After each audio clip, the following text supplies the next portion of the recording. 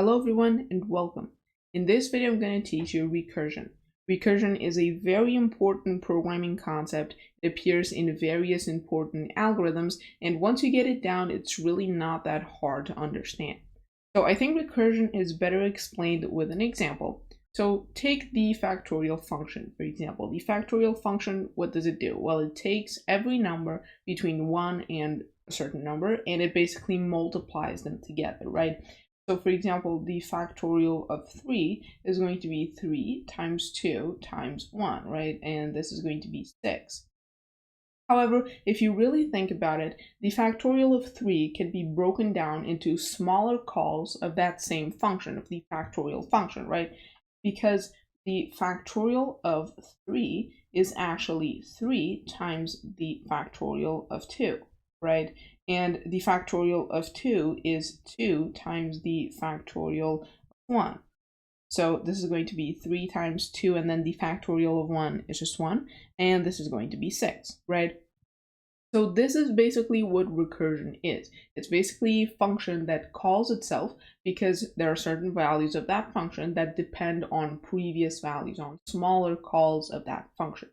And when you have a recursive function, there's usually going to be a case, well, not usually, there's always going to be a case that doesn't depend on previous values of that function. In this case, this is going to be the factorial of 1, right? Factorial of 1 doesn't depend on anything. It's just 1, right? It's just the value 1. And this is what's going to be called the base case. Now, keep in mind that any recursive function can also be implemented iteratively. However, recursion offers you a more elegant and simple way to do things. So let's actually define here the factorial function with some pseudocode. So I'm going to say define the factorial of n, and I'm going to say return that same n times the factorial of n minus 1, right? And this is going to be the recursive case. It is the recursive case, which is the case that actually depends on previous values, right? However, we don't want to do this forever because we don't really want to go into 0 or the negative numbers, right? We only want to do this until we reach the base case, which is going to be our stopping condition. So up here, I'm going to say if n is equal to 1, which we already saw is our base case, I'm just going to return 1, right? Because factorial of 1 is just 1. And otherwise, I am going to do the recursive case. So this is going to be the base case, and this is going to be our recursive case. And this is basically what our factorial function is going to look like in a recursive approach, right? So we have our base case, our stopping condition, and then we have our recursive case.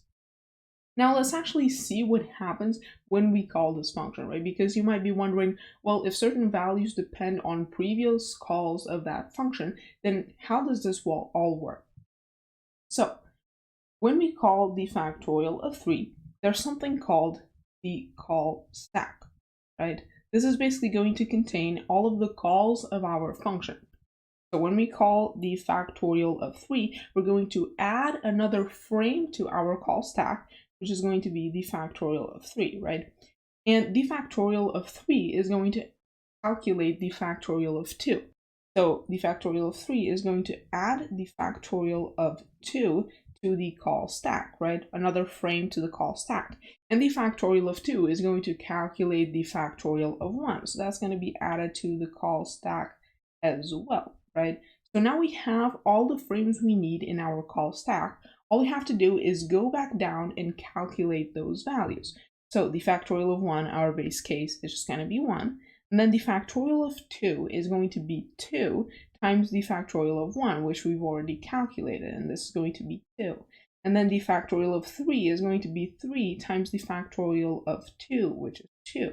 And so this is going to be 6. Right? So when we call a recursive function, we're going to add frames to our call stack. So every time we call our function, we add another frame to the call stack. And then all we need to do is erase them one by one in the reverse order and calculate the values that we need.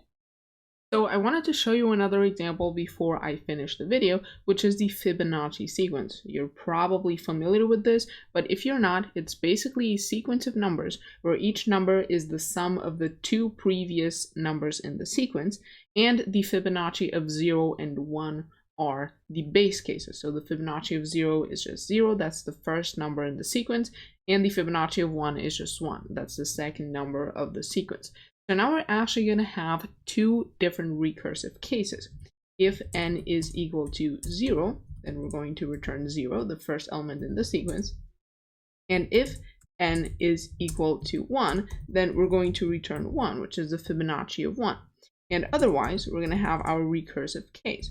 And our recursive case is going to be the Fibonacci of n minus 1 plus the Fibonacci of n minus 2, right? The sum of the two previous elements in sequence.